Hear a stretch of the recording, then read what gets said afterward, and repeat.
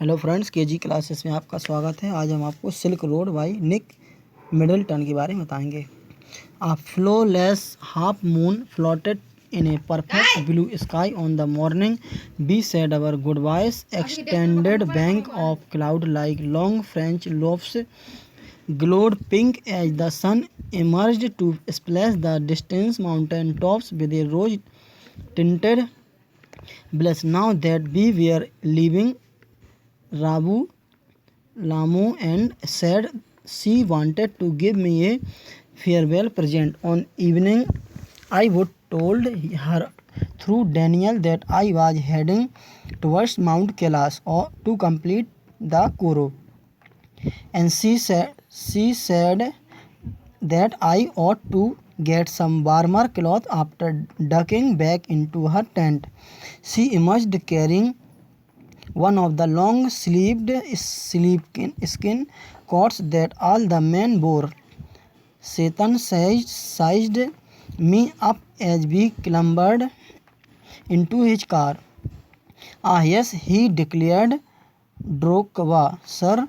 We took a short cut to get off the Chengteng.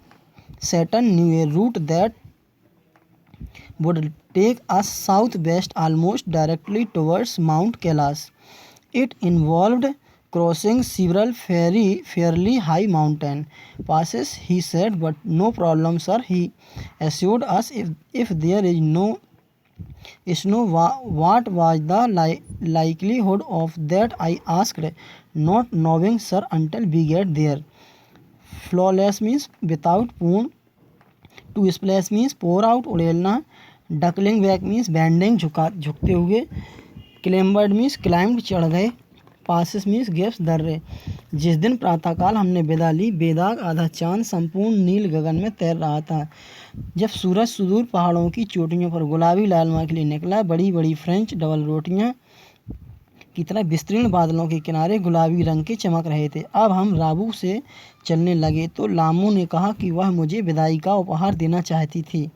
एक सायं मैंने उसे डैनियल के जरिए बताया था कि मुझे कैलाश पर्वत की पैदल यात्रा कोरा करने जाना है और उससे कहा कि मुझे कुछ अधिक गर्म कपड़े लेने चाहिए थे.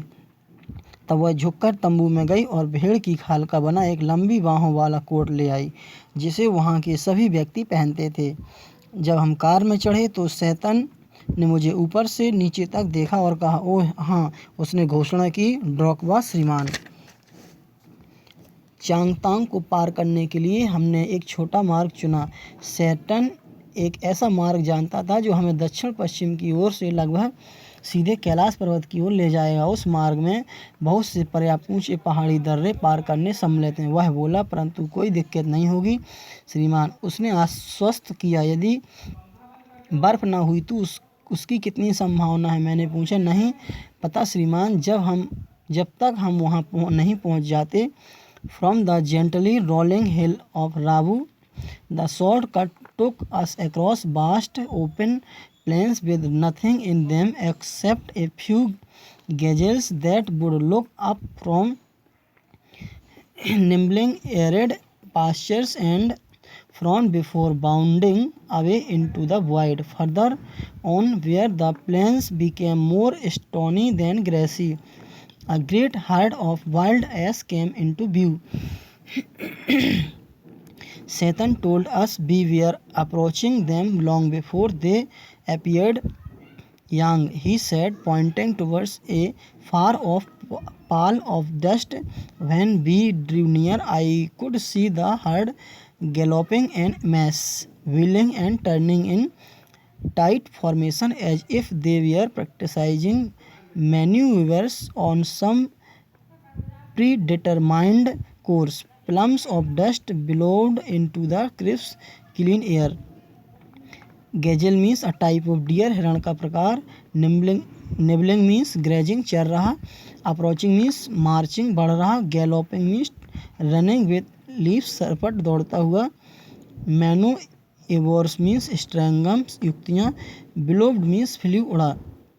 राबू की घुमावदार पहाड़ियों से होते हुए एक छोटा सा मार्ग हमें विस्तृत खुले मैदान के पार ले गया, जिसमें मात्र कुछ एक हिरणों को छोड़कर कुछ नहीं था, जो अपनी सूखी चरागाह में घास चरना छोड़कर हमें निहारते तथा उछल कर कूद कर शांत स्थान पर जाने से पूर्व क्रुद्ध दिखाई देते। आगे बढ़ने पर जहाँ मैदान घास युक्त होने की अपेक्षा पथरीला अधिक था, वहाँ जंगली गधों का बड़ा झुंड देखने में आया। शैतान ने उनके प्रकट होने से पहले ही हमें बता दिया कि हम उनके समीप पहुँच रहे हैं। क्यांग, उसने सुदूर गंदगी मिट्टी के एक आवरण की ओर इशारा करते हुए कहा। जब हम नज़दीक पहुंचे तो मैंने इकट्ठे दौड़ भर रहे झुंड को देखा, जो एक दूसरे के साथ सिमटकर ऐसे घूम व मुड़ रहे थे जैसे किसी पूर्व सुनिश्चित मार्ग पर युद्ध का अभ्यास कर रहे थे। स्फूर्तिदायक धूल के बादल हवा में चलायमान हो रहे थे। As hills started to push up once more from the rocky wilderness, we passed solitary Drogwas tending their flocks, sometimes men, sometimes women. These well-wrapped figures would pause and stare at our car, occasionally beaming as we passed. When the track took us close to their animals, the sheep would take evasive action, veering away from the speeding vehicle. We passed nomads, dark tents pitched in splendid isolation, usually with a huge black dog, a Tibetan Mastiff, standing guard. These beasts would cock their great big heads when they became aware of our approach and fix us in their sights. As we continued to draw closer, they would explode into action, speeding directly towards us like a bullet from a gun and nearly as fast. Evasive means cruel, kapti. Nomads means moving place to place for food and shelter. खानाबदोश, splendid isolation, clear exposure, स्पष्ट दर्शन। Beast means animals, जानवर। ज्यों ही पहाड़ियाँ पथरीली वीरान भूमि से दोबारा और ऊंची उड़नी शुरू हो गईं तो हम अपनी भेड़ों की देखभाल करते हुए सुनसान ड्रॉकवा के पास से गुजरे। यदा कदा पुरुष, यदा कदा औरतें, अच्छी तरह कपड़ों में लिपटाए लोग रुककर हमारी कार की ओर देखते और कभी कभार हाथ भी हिला देते। जब हम निकलते तब जब मार्ग हमें उनके पशुओं के नज़दीक ले जाता तो भीड़ कपटी भेष में आ जाती और हमारे तीव्र वाहन से बचने के लिए मार्ग से हटकर दूसरी ओर जाती थी। हम खानाबदोश के काले तंबुओं के समीप से गुजरे, जो शानदार सुनसान में पड़े हुए थे और जिनकी आगे प्राय एक बड़ा काला तिब्बती कुत्ता मास्टिफ पहरे का पर खड़ा था। जब इन जंगली पशुओं को हमारे आने का पता चला तो ये जानवर अपना विशाल बड़ा सिर टेढ़ा कर लेते और हम पर नज़र गड़ा लेते। ज्यों ही हम उसके समीप आते जाते वे एकदम टूट पड़ते और तेज़ी से सीधे हमारी ओर आते, जैसे बंदूक से गोली छूटी हो, और लगभग उतनी ही तेज़ी से जाती। Thanks, best of luck.